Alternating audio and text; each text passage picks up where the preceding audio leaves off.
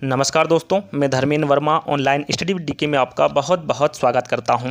आज हम बात करेंगे दोस्तों बाल विकास एवं शिक्षा शास्त्र के 30 अति महत्वपूर्ण प्रश्नों के बारे में। ये एक प्रैक्टिस सेट है। फर्स्ट आज से दोस्तों मैं प्रैक्टिस सेट लाना शुरू कर दी हैं। इसके पहले मैं बाल विकास हुआ, हिंदी हुआ, पर्यावरण हुआ और गणित हुआ, ये और विज्ञान हुआ, ये जितने भी सब्जेक्ट हैं दोस्तों इनके मैंने विगत 8 वर्षों में जो 2011 से लगाकर 2018 तक जितनी भी एग्ज़ाम हुई दोस्तों, सीटेट की बारे में बात हो रही, जो सीटेट की जो एग्ज़ाम हुई है उनमें जो पूछे गए प्रश्नों का संग्रह किया दोस्तों। अभी तक मैं वही वीडियो डाल रहा था। यदि उन वीडियो को आपने नहीं देखा है तो आप मेरे चैनल पर जाइएगा, वहाँ पर प्लेलिस्ट बनी हुई है सबकी अलग अलग सब्जेक्ट की, तो वहाँ से जाकर आप देख सकते हैं। तो आज हम बात करेंगे दोस्तों 30 अति महत्वपूर्ण प्रश्नों के बारे में बाल विकास एवं शिक्षा शास्त्र के। तो यहाँ पर दोस्तों आप अपना आकलन भी कर सकते हैं कि जो 30 प्रश्न है उसमें आपको कितने नंबर आए, और यहाँ पर मैं हर प्रश्न को समझाने की कोशिश करूँगा, तो अच्छे से समझिएगा और लास्ट में जरूर बताइएगा कि आज का वीडियो आपको कैसा लगा और आज के जो 30 प्रश्न है उसमें आपको कितने नंबर आए। तो चलिए शुरू करते हैं दोस्तों। आज का पहला प्रश्न है, बुद्धिलब्धि और भाषा संबंधित योग्यता में घनिष्ठ संबंध होता है, यहाँ विचार किसका है? किसका है दोस्तों यहाँ विचार? आपके सामने 4 विकल्प है, इसमें से आपको सही विकल्प का चयन करना है। तो यहाँ पर हमारा सही आंसर होगा, जो यहाँ विचार है ये प्रसिद्ध मनोवैज्ञानिक इरविन एवं स्पाइकर ने बुद्धिलब्धि एवं भाषा संबंधी योग्यता में घनिष्ठ संबंध बताया है। तो यहाँ पर हमारा सही आंसर होगा सेकंड वाला। अगला प्रश्न है, निम्नलिखित में से क्या भाषा दोष नहीं है? आपको बताना है कि क्या भाषा दोष नहीं है। 4 विकल्प में से आपको सही विकल्प का चयन करना है। तो सबसे पहले तो भाषा दोष होता क्या है? यदि बालक अपने स्वर यंत्रों पर नियंत्रण नहीं रख पाता है तो इससे भाषा संबंधित विकार उत्पन्न होता है। और भाषा दोष के अंतर्गत ध्वनि परिवर्तन, अस्पष्ट उच्चारण, हकलाना, तीव्र अस्पष्ट वाणी इत्यादि ये सब भाषा दोष के अंतर्गत आते हैं। और ध्वनि के प्रतिस्थापन का ना होना भाषा दोष के अंतर्गत नहीं आता है। तो यहाँ पर हमारा जो सही आंसर होगा वो तीसरा वाला रहेगा। अगला प्रश्न है, बुद्धि के बहुकारक सिद्धांत के मुख्य समर्थक थांडाइक थे। निम्नलिखित में से कौन सा कथन इस सिद्धांत के अनुरूप है? आपके सामने 4 विकल्प नहीं, यहाँ पर 2 ही विकल्प है। दोनों विकल्प में से आपको सही विकल्प का चयन करना है। तो सबसे पहले मैं बता दूं आपको कि बुद्धि के बहुकारक सिद्धांत का जो प्रतिपादन किया था वो प्रसिद्ध व्यवहारिक मनोवैज्ञानिक थांडाइक द्वारा किया गया था। और थांडाइक के अनुसार बुद्धि कई तत्वों का समूह होता है और प्रत्येक तत्व में कोई सूक्ष्म योग्यता निहित होती है। तो यहाँ पर इसका जो सही आंसर होगा वो पहला वाला रहेगा। अगले प्रश्न की ओर बढ़ेंगे। अगला प्रश्न है, क्रिस्टलाइट संबंधित है। जो क्रिस्टलाइट है दोस्तों ये एक प्रकार का सिद्धांत है, इसको आपको बताना है किससे संबंधित है। यदि हम इसका हिंदी रूप जाने तो ठोस सिद्धांत किससे संबंधित है ये आपको बताना है। 4 विकल्प है आपके सामने, इसमें से आपको बताना है। सबसे पहले तो आपको बता दूं कि जो सिद्धांत है ये इसका सिद्धांत का जो प्रतिपादन किसने किया है ये भी आपको पता होना चाहिए। तो इसका प्रतिपादन किया था कैटल महोदय द्वारा। तो याद रखिएगा दोस्तों, अपनी कॉपी में भी इसको लिख लीजिएगा। और जो ठोस या हम जिसको बोलते हैं क्रिस्टलाइज्ड, ये एक तरह की सामान्य योग्यता है जो अनुभव, अधिगम तथा वातावरण संबंधी कारकों पर आधारित होती है। तो यहाँ पर हमारा जो सही आंसर होगा वो रहेगा तीसरा वाला। अगला प्रश्न है, एक ही कक्षा शिक्षण का निष्पादन भिन्न भिन्न होता है। निम्नलिखित में से कौन सा कारण इसके लिए सर्वाधिक उत्तरदायी हो सकता है? कौन सा कारण है दोस्तों जो सर्वाधिक उत्तरदायी हो सकता है? एक ही कक्षा शिक्षण का निष्पादन भिन्न भिन्न होता है, यहाँ पर आपको बताना है। 4 विकल्प हैं। तो यहाँ पर हमारा सही आंसर होगा शिक्षार्थियों की बुद्धि में अंतर। तो यहाँ पर हमारा जो राइट आंसर होगा वो पहला वाला रहेगा। अगला प्रश्न है, बाल केंद्रित शिक्षा द्वारा निम्नलिखित में से क्या संभव नहीं हो सकता है? यहाँ पर आपको बताना है क्या संभव नहीं हो सकता है बाल केंद्रित शिक्षा द्वारा। 4 विकल्प हैं, इसमें से आपको सही विकल्प का चयन करना है। तो सबसे पहले मैं आपको बता दूं कि बाल केंद्रित शिक्षा का अर्थ क्या होता है। बाल केंद्रित शिक्षा का अर्थ होता है बालकों के व्यवहार एवं उनकी रुचियों को ध्यान में रखकर शिक्षा की व्यवस्था करना। और इसके अनुसार बाल मनोवैज्ञानिक की सहायता से बालकों के पाठ्यक्रम में सुधार, अध्यापक द्वारा बालकों पर ध्यान देना तथा प्रत्येक बालक की आवश्यकता को समझना इत्यादि आता है। विद्यालय में यह संभव नहीं है कि प्रत्येक बालक पर पृथक रूप से ध्यान नहीं दिए जाना चाहिए। तो यहाँ पर जो हमारा सही आंसर होगा दोस्तों तीसरा रहेगा। अगला प्रश्न है, अधिगम पर व्यक्तिक तथा वातावरण से संबंधित कारकों का प्रभाव किस अवस्था तक पड़ता है? यहाँ पर आपको ध्यान देना है, क्या पूछा है कि किस अवस्था तक पड़ता है? पूर्व बाल्यावस्था, बाल्यावस्था, किशोरावस्था या संपूर्ण जीवन। आप सभी को पता है दोस्तों जो अधिगम का अर्थ होता है वो सीखना होता है, और जो सीखने की प्रक्रिया होती है वो जीवन प्रयत्न चलती रहती है, जो बाल्यावस्था से प्रारंभ होकर अंतिम अवस्था तक चलती रहती है। इसलिए अधिगम पर व्यक्तिक तथा वातावरण संबंधित कारकों का जो प्रभाव होता है वो संपूर्ण जीवन तक पड़ता है। तो यहाँ पर हमारा सही आंसर होगा फोर्थ वाला। अगला प्रश्न है, लैंगिक भेदभाव के कारण छात्राओं की मनोदशा पर पड़ने वाला प्रभाव है। क्या पड़ता है दोस्तों? लैंगिक भेदभाव के कारण छात्राओं की मनोदशा पर प्रभाव। आपके सामने 4 विकल्प हैं, इसमें से आपको बताना है। तो जो लैंगिक भेदभाव होता है दोस्तों, ये एक प्रकार की सामाजिक बुराई है, आप सभी को पता है। लैंगिक भेदभाव का अर्थ होता है लिंग के आधार पर लड़के एवं लड़कियों में अंतर करना। इसके कारण छात्राओं की जो मनोदशा होती है उस पर प्रतिकूल प्रभाव पड़ता है। यदि विद्यालय स्तर पर छात्रों एवं शिक्षकों के द्वारा छात्राओं के प्रति भेदभाव अपनाया जाता है तो इससे छात्राओं का मनोबल टूटने लगता है, उसे विद्यालय जाने का मन नहीं करता तथा पढ़ाई के प्रति अभिरुचि कम होने लगती है। तो यहाँ पर हमारा जो सही आंसर होगा वो होगा पहला, उनका मन स्कूल जाने के लिए नहीं करता। अगला प्रश्न है, मानसिक रूप से पिछड़े बालक की समस्या नहीं है। यहाँ पर आपको बताना है कि कौन सी समस्या नहीं है। मानसिक रूप से पिछड़े बालक की असफलता का भय ना होना, धीमी गति से सीखना, आत्मविश्वास में कमी या फिर सीमित संप्रेषण। तो यहाँ पर हमारा सही आंसर है, सबसे पहले मैं इसका आंसर बता देता हूँ। यहाँ पर इसका आंसर होगा असफलता का भय ना होना। ये मानसिक रूप से पिछड़े बालक की समस्या नहीं है। तो यहाँ पर जो दोस्तों मानसिक रूप से पिछड़े बालक होते हैं वो सामान्यतः सामान्य बालकों की अपेक्षा कमजोर होते हैं। इनकी कई समस्या होती है, जैसे कि बुद्धि लब्धि का कमजोर होना, आत्मविश्वास में कमी, सीमित बातचीत करना, असफल होने पर भयग्रस्त होना, तत्काल परिणामों एवं पुरस्कारों की अपेक्षा रखना, एकाग्रता की कमी, पाठ्यक्रम को अधिक समय तक याद नहीं रख पाना और धीमी गति से सीखना। ये मानसिक रूप से पिछड़े बालक की समस्या होती है। तो यहाँ पर जो समस्या नहीं होती है उसके बारे में पूछा गया था, तो यहाँ पर पहला वाला विकल्प हमारा सही रहेगा। अगला प्रश्न है, आपकी कक्षा का एक बच्चा किसी समस्या को समझने का प्रयास कर रहा है, आप उस बच्चे के विषय में क्या कहेंगे? क्या कहेंगे दोस्तों आप उस बच्चे के विषय में? तो यदि कोई बच्चा दोस्तों किसी समस्या को समझने का प्रयास करता है तो इसका अर्थ होता है कि उसके अंदर सोच के प्रति वैज्ञानिक दृष्टिकोण उभर रहा है, अर्थात समस्या को समझना, उससे संबंधित सूचना ग्रहण करना तथा समस्या को निपटाना, ये सभी समस्या समाधान के प्रति इस तरह का दृष्टिकोण वैज्ञानिक दृष्टिकोण कहलाता है। तो यहाँ पर हमारा सही आंसर होगा तीसरा, बच्चे में वैज्ञानिक सोच का विकास हो रहा है। तो यहाँ पर हमारा सही आंसर होगा थर्ड वाला। अगला प्रश्न है, शिक्षार्थियों के मूल्यांकन के लिए सामान्यतः निबंधात्मक प्रश्नों का प्रयोग किया जाता है। इस प्रकार के प्रश्नों की सबसे बड़ी खामी क्या है? यहाँ पर पूछा गया दोस्तों, इस प्रकार के जो प्रश्न हैं इसके सबसे बड़ी खामी क्या है ये बताना है 4 विकल्प में से। तो इसका सही आंसर होगा, निबंधात्मक प्रश्न के माध्यम से बालकों का मूल्यांकन संभव हो पाता है, लेकिन इसकी एक कमी यह है कि इसमें वस्तुनिष्ठता एवं विश्वसनीयता की कमी होती है। तो यहाँ पर हमारा सही आंसर होगा पहला वाला। अगला प्रश्न है, आप एक शिक्षक के रूप में नियुक्त होकर किसी विद्यालय में जाते हैं। आप शिक्षार्थियों की क्षमताओं को समझने के लिए निम्नलिखित में से किस क्षेत्र का चुनाव करेंगे? किस क्षेत्र का चुनाव करेंगे? सामाजिक दर्शन, मीडिया मनोविज्ञान, शिक्षा समाजशास्त्र या फिर शिक्षा मनोविज्ञान का? तो यहाँ पर हमारा सही आंसर होगा, जो शिक्षार्थियों की क्षमताओं को समझने के लिए किसी नव नियुक्त शिक्षक को सबसे पहले बाल मनोविज्ञान को समझना आवश्यक होता है, क्योंकि बाल मनोविज्ञान के अंतर्गत बालकों के स्वभाव, रुचि, व्यवहार, व्यक्तित्व इत्यादि आते हैं जो शिक्षक को शिक्षण में काफ़ी मदद करते हैं। बाल मनोविज्ञान की जानकारी के माध्यम से शिक्षक शिक्षार्थी के भविष्य निर्माण की रूपरेखा बनाता है। तो यहाँ पर हमारा सही आंसर होगा फोर्थ वाला, शिक्षा मनोविज्ञान।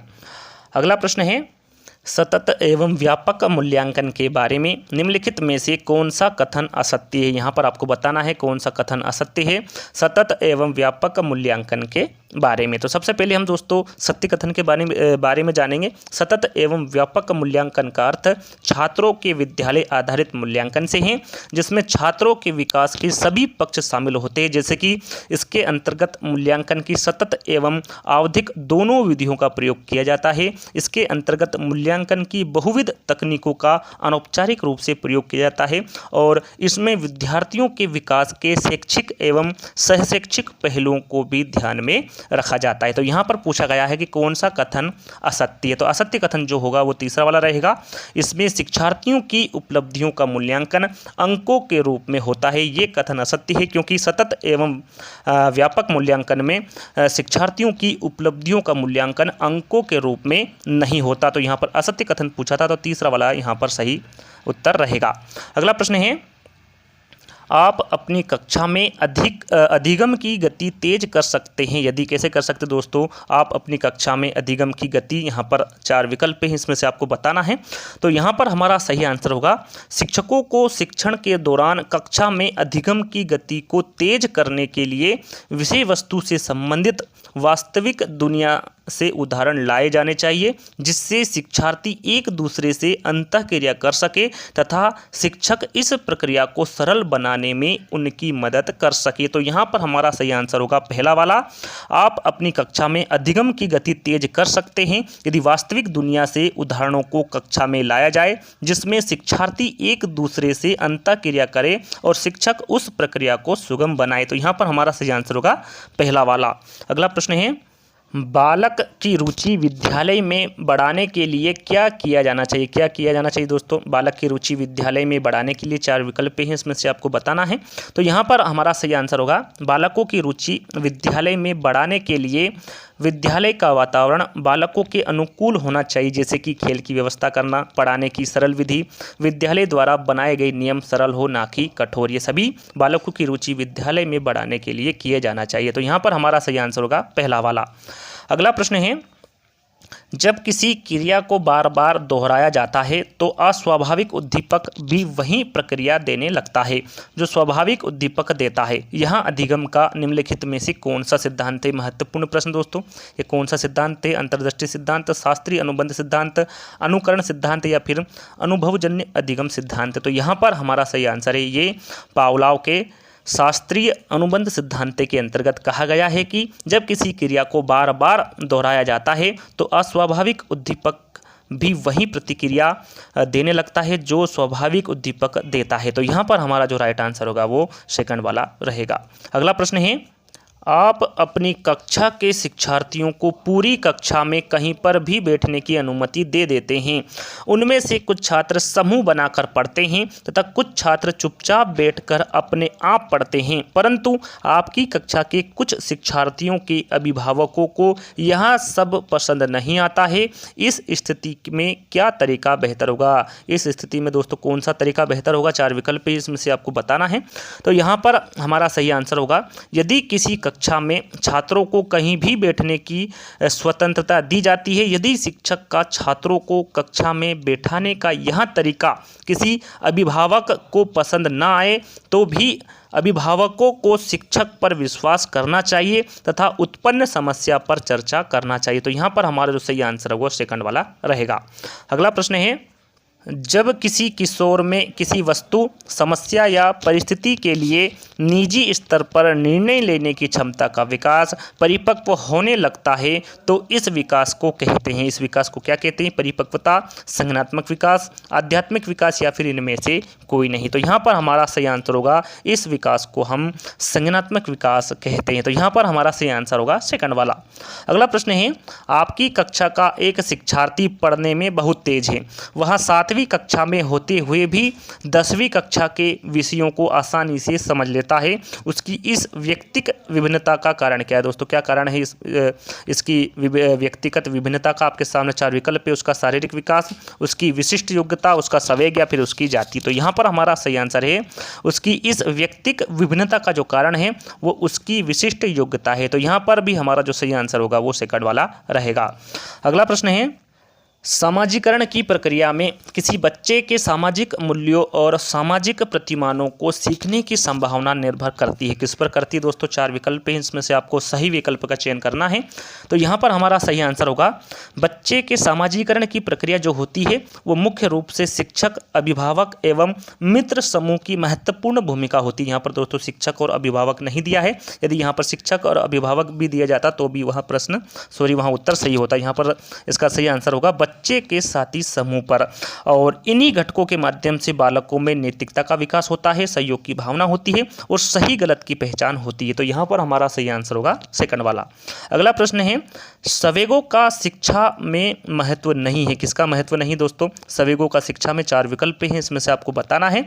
तो यहाँ पर जो संवेगों का शिक्षा में महत्व नहीं है वो शिक्षार्थियों को असभ्य बनाने में नहीं है। तो यहाँ पर हमारा तीसरा वाला विकल्प सही रहेगा। अगला प्रश्न है, सीखने में प्रेरणा का स्थान अत्यंत महत्वपूर्ण है क्योंकि इससे बालकों में व्यक्तिगत विभिन्नताओं में कमी होती है, शारीरिक विकास होता है, अनुशासन की भावना का विकास होता है या फिर सामाजिक गुण सीमित रहते हैं। तो यहाँ पर हमारा सही आंसर होगा सीखने में प्रेरणा का स्थान अत्यंत महत्वपूर्ण है क्योंकि इससे बालकों में अनुशासन की भावना का विकास होता है। तो यहाँ पर हमारा तीसरा वाला विकल्प सही रहेगा। अगला प्रश्न है निचली कक्षाओं में शिक्षण की खेल पद्धति मूल रूप से आधारित है। किस पर आधारित है दोस्तों? आपके सामने 4 विकल्प हैं, इसमें से आपको बताना है। तो यहाँ पर हमारा सही आंसर होगा निचली कक्षाओं में शिक्षण की खेल पद्धति मूल रूप से विकास एवं वृद्धि के मनोवैज्ञानिक सिद्धांतों पर आधारित होती है। तो यहाँ पर हमारा तीसरा वाला विकल्प सही रहेगा। अगला प्रश्न है किसी कक्ष में सीखने को प्रभावित करने वाला महत्वपूर्ण घटक है। यहाँ पर आपसे पूछा गया है कि किसी कक्ष में सीखने को प्रभावित करने वाला महत्वपूर्ण घटक कौन सा है? कक्ष का आर्थिक वातावरण, कक्ष का प्रशासनिक वातावरण, कक्ष का मनोवैज्ञानिक वातावरण या फिर कक्ष का सामाजिक वातावरण। तो यहाँ पर हमारा सही आंसर होगा किसी कक्ष में सीखने को प्रभावित करने वाला जो महत्वपूर्ण घटक है वो कक्ष का सामाजिक वातावरण है, क्योंकि यदि किसी कक्षा का मनोवैज्ञानिक वातावरण अच्छा हो अर्थात शिक्षकों का स्वभाव, छात्रों का सहयोगपूर्ण दृष्टिकोण, बाल आधारित पाठ्यक्रम इत्यादि, ये सभी कारक कक्ष में सीखने में महत्वपूर्ण योगदान देते हैं। इसलिए यहाँ पर हमारा जो सही आंसर होगा वो 4th वाला रहेगा। अगला प्रश्न है समावेशी शिक्षा का मुख्य उद्देश्य है समावेशन, विशेषकर शिक्षा, सामान्य व्यवस्था या फिर वितरित व्यवस्था। तो यहाँ पर हमारा सही आंसर होगा जो समावेशी शिक्षा का जो मुख्य उद्देश्य होता है वो समावेशन होता है, अर्थात शिक्षा की एक ऐसी प्रणाली जिसमें किसी का बहिष्कार ना हो, चाहे वह सामान्य बालक हो, किसी भी रूप में अशक्त बालक हो या फिर किसी धर्म, जाति, संप्रदाय का हो। तो यहाँ पर हमारा जो सही आंसर होगा वो पहला रहेगा। अगला प्रश्न है किससे ग्रस्त बालक गणित से संबंधित समस्याएं प्रदर्शित करता है? दोस्तों यदि आपने अभी तक कोई सी भी टेट से एग्जाम दी हो तो आपको पता होना चाहिए कि ऐसे एक प्रश्न जरूर पूछा जाता है, वो कोई सी भी टेट से एग्जाम हो, आपको सभी को पता हो दोस्तों। तो ऐसे प्रश्न पर ज़्यादा ध्यान देना है आपको। तो यहाँ पर इसका सही आंसर होगा डिस्कैल्कुलिया से ग्रस्त बालक गणित से संबंधित समस्याएं प्रदर्शित करता है, क्योंकि डिस्कैल्कुलिया एक ऐसी अधिगम असशक्तता है जिससे बच्चे गणित या अंकगणित जैसे विषयों को समझने में कठिनाइयां का अनुभव करते हैं और इसे न्यूमलेक्सिया भी कहा जाता है। याद रखिए दोस्तों, इसे न्यूमलेक्सिया भी कहा जाता है। तो यहाँ पर हमारा जो सही आंसर होगा वो 2nd वाला रहेगा। अगला प्रश्न है रिक्त स्थान बुद्धि परीक्षण वे बुद्धि परीक्षण हैं जिनमें अमूर्त चित्रों, निर्जीव पदार्थों, ज्योमितीय चित्रों आदि का प्रयोग होता है, शाब्दिक, व्यक्तिगत, अशाब्दिक या फिर सामूहिक। तो यहाँ पर हमारा सही आंसर होगा अशाब्दिक बुद्धि परीक्षण के अंतर्गत अमूर्त चित्रों, निर्जीव पदार्थों तथा ज्योमितीय चित्रों इत्यादि का प्रयोग किया जाता है, क्योंकि इसके माध्यम से शिक्षार्थियों का मानसिक विकास, कल्पनाशीलता तथा नवीन सोच इत्यादि को मापा जाता है। तो यहाँ पर हमारा जो सही आंसर होगा वो 3रा वाला रहेगा। अगला प्रश्न है शिक्षार्थियों के आकलन का प्रयोजन नहीं है। दोस्तों 4 विकल्प हैं, इसमें से आपको बताना है कि कौन सा शिक्षार्थी के आकलन का प्रयोजन नहीं है। तो यहाँ पर हमारा सही आंसर होगा शिक्षक तथा शिक्षार्थी के मध्य सहयोगात्मक कार्यकलाप के प्रयास को धीमा करना, ये शिक्षार्थियों के आकलन का प्रयोजन नहीं है। तो यहाँ पर हमारा 4th वाला विकल्प सही रहेगा। अगला प्रश्न है यदि सीखने वाले में सीखने की रिक्त स्थान का अभाव होगा तो सीखना कठिन हो जाता है, विप्रेरणा, तत्परता, अभिवृत्ति या फिर ये सभी। तो यहाँ पर हमारा सही आंसर होगा किसी भी विषय वस्तु को सीखने के लिए विद्यार्थियों में अभिप्रेरणा का अर्थ होता है कुछ करने की इच्छा शक्ति, तत्परता का अर्थ होता है सीखने की तीव्रता तथा अभिवृत्ति, और अभिवृत्ति का अर्थ होता है कुछ करने का जुनून। ये तीनों का महत्वपूर्ण योगदान होता है। तो यहाँ पर हमारा सही आंसर होगा ये सभी। अगला और लास्ट प्रश्न है रिक्त स्थान के फलस्वरूप बालकों में होने वाली विभिन्न प्रकार के परिवर्तनों को ना तो प्रत्यक्ष रूप से देखा जा सकता है और ना ही इनका मापन किया जा सकता है। किसके द्वारा? वृद्धि, विकास, व्यक्तित्व या फिर समायोजन। तो यहाँ पर हमारा सही आंसर होगा विकास के फलस्वरूप बालकों में होने वाले विभिन्न प्रकार की परिवर्तनों को ना तो प्रत्यक्ष रूप से देखा जा सकता है और ना ही इनका मापन किया जा सकता है। तो यहाँ पर हमारा 2nd वाला विकल्प सही रहेगा। तो दोस्तों यहाँ पर 30 प्रश्न समाप्त होते हैं। जो आज का प्रैक्टिस सेट है दोस्तों वो यहीं पर समाप्त होता है। यदि आपको और प्रैक्टिस सेट चाहिए तो मेरे कमेंट्स बॉक्स में आप बता सकते हैं, मैं और भी इसके प्रैक्टिस सेट बना दूंगा। तो आज का वीडियो आपको कैसा लगा प्लीज़ मेरे कमेंट्स बॉक्स में जरूर बताइएगा। और आप नए हैं तो प्लीज़ सब्सक्राइब कर लीजिएगा और साथ में बेल आइकन को दबा लीजिएगा, जिससे कि आपको लेटेस्ट वीडियो में जब भी नई वीडियो बनाऊँ आपको वो जल्दी से जल्दी पहुँच पाए, आप उसको पहले देख सके। तो यहाँ पर दोस्तों आज के 30 प्रश्न समाप्त होते हैं। तो प्लीज़ मेरे कमेंट्स बॉक्स में जरूर बताइएगा कि आज का वीडियो आपको कैसा लगा। तो आज के लिए बस इतना ही, धन्यवाद।